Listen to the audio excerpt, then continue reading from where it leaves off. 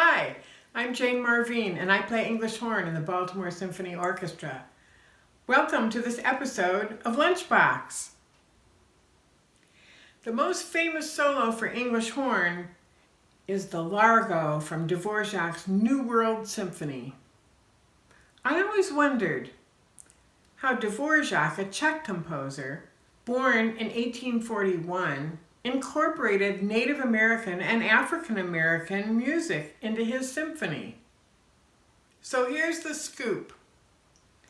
In 1892, Dvorak came from Prague to be the music director of the National Conservatory of Music in New York City.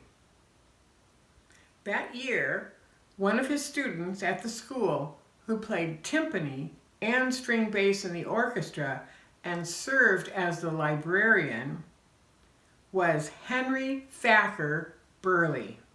Harry, as he was called, an African-American man, was born in 1866 in Erie, Pennsylvania. At the age of 26, he earned a scholarship to study at the conservatory. He had a beautiful baritone voice and studied voice along with composition. Burleigh's grandfather, a slave, was granted manumission from slavery in Somerset County, Maryland in 1832.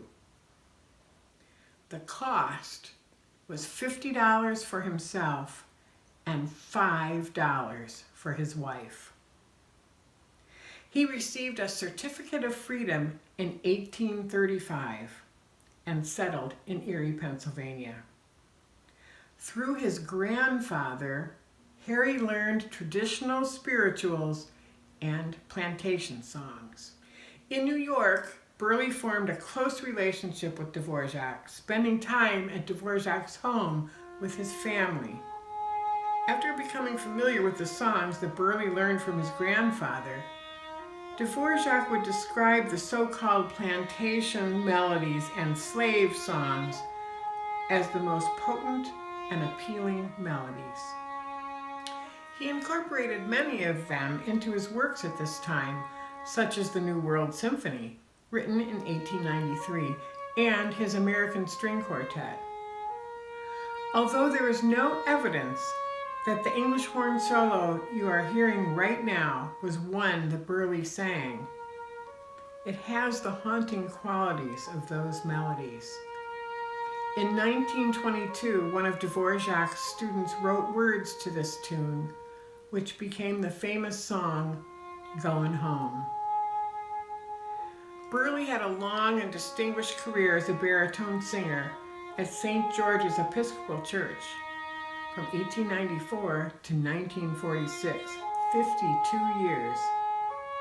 He composed between 200 and 300 art songs and elevated the traditional spirituals to prominence as an art song.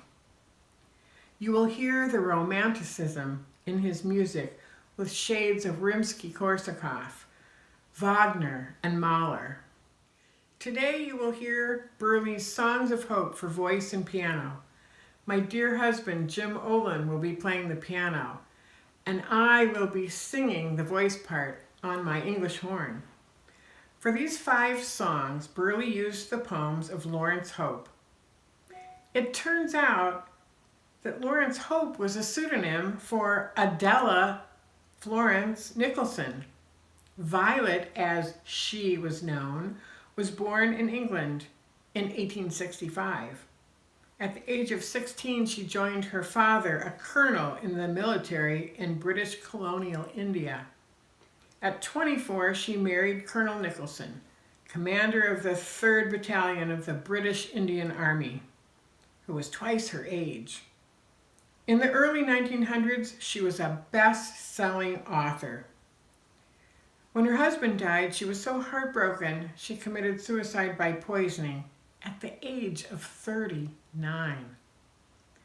Her poems were highly romantic and inspired by the imagery of India and Persia.